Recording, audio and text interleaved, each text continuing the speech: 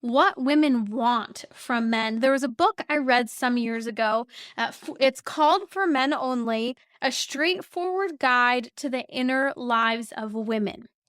And this book, I 10 out of 10 recommend. I learned about myself and the confusing things that I do because, truthfully, women are complex, just like men are. But people argue women are harder to read, although men talk less and communicate less often. So I think men are pretty darn hard to read sometimes too, although you're simpler creatures. I will give you that. However, what's coming up in this Psychology Today article that went viral that we've been talking about, written by psychologist Dr. Greg Mateo, is he talks about how there are recurring themes among women where women between the ages of 25 and 45, that's predominantly those who are in the dating scene or in those early years of marriage, are saying that they prefer three things in men that they're not really seeing. One, emotional availability. Two, good communication. And three, similar values. So, just briefly, we spoke earlier with Devin Schatt from the Fathers of St. Joseph about emotional availability, the importance of addressing wounds, working on what are these walls that are occurring in the relationship that I'm hearing from my spouse, from my wife, from the girl I'm dating, or even maybe from my friendships, and how can I heal it not for their sake, but for my sake? And I think sometimes that's what's going wrong in relationships is we're hearing there's this need or there's this complaint, right? Men, those complaints you hear from your spouse that maybe start to become a nagging complaint, something obnoxious that perhaps causes you to shut down and build an even bigger wall than maybe the problem that she's already been discussing is a problem, a mounting wall between the two of you. Well, perhaps that we need to understand that when these things are building and growing in a relationship as a problem, fixing it, yes, can be about the other person, but often it's about finding a greater sense of wholeness, happiness, confidence, peace, uh, breaking loose of fear and anxiety and wounds that you may have experienced. And so that emotional availability is so important. And it starts with, hey, I actually want to feel better about myself in this situation. It's not just about helping the other person, it's a both and. Good communication skills, women want this. Gentlemen, communicate, use words, say what you're thinking when it comes to what your intentions are or what your intentions are not. I think that helps, and it's okay to say something that might disappoint someone. I think one thing I see with men is rather than communicating something that would disappoint a woman or another person, you rather just not communicate at all. And I get that. I get that there's such a strong and profound desire to please other people, but we're actually hurting ourselves and we're just not communicating because, in a certain respect, we're withholding truth, which is leading to a form of dishonesty. Third, sharing similar values is so important. I think this is fascinating.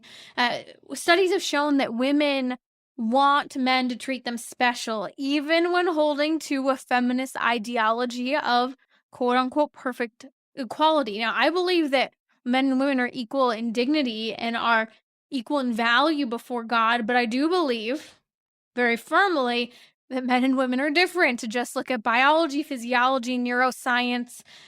Just talk to any parent of a 2-year-old boy versus a 2-year-old girl.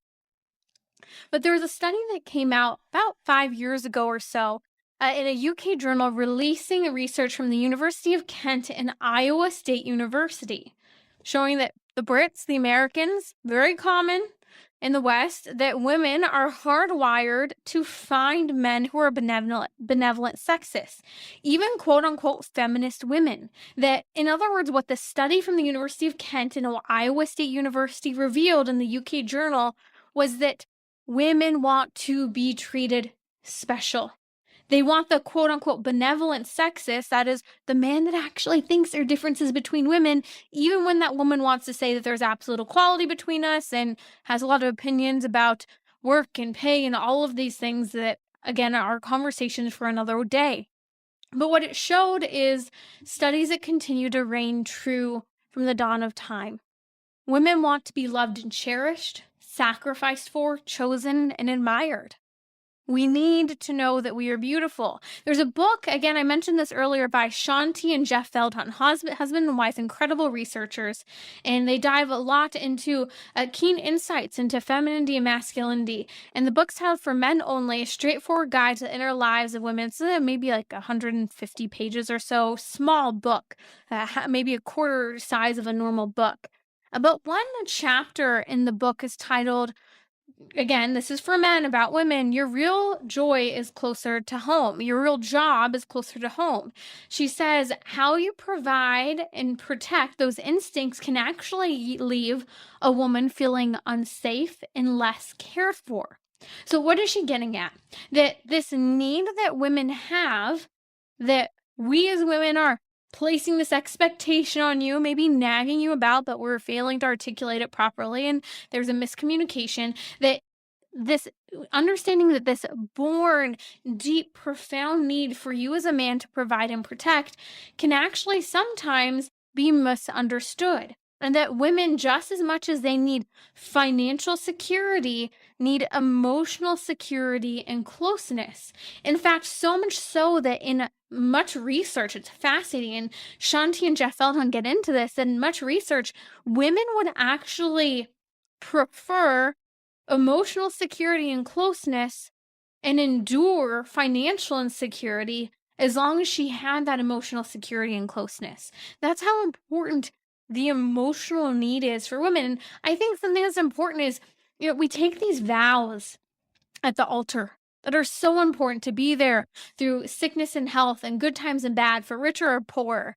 In other words, we should expect that there are going to be moments where we're poor, that there are going to be moments where we're sicker, when there are going to be moments that are just bad and difficult.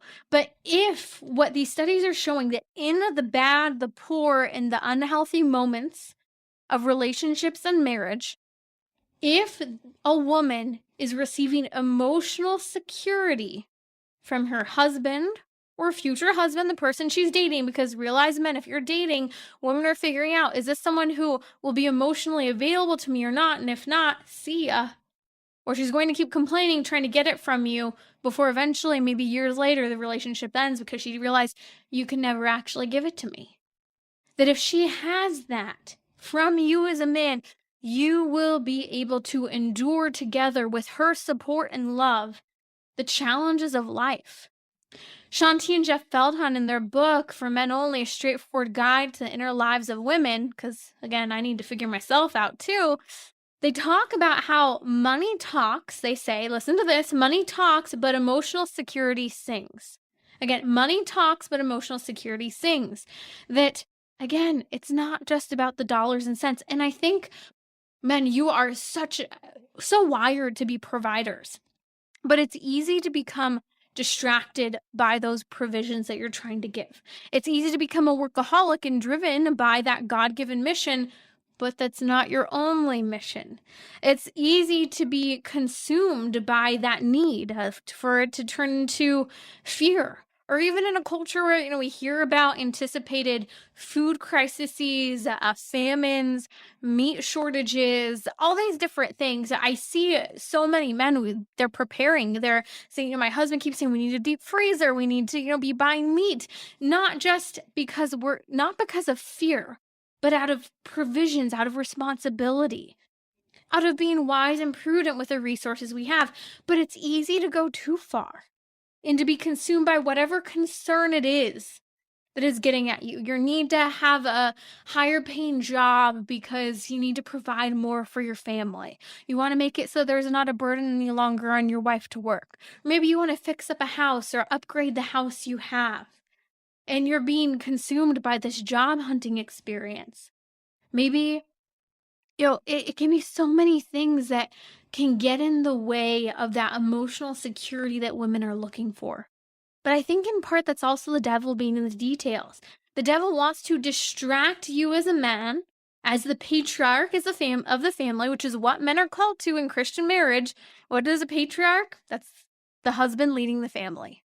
Again, I know patriarchy is considered quote unquote sexist today. Whatever, whatever. We just have to say whatever and laugh and ignore that sometimes. You don't have to refer to yourself as a patriarch to know that that's what God is calling you to in the biblical worldview for what marriage is meant to be.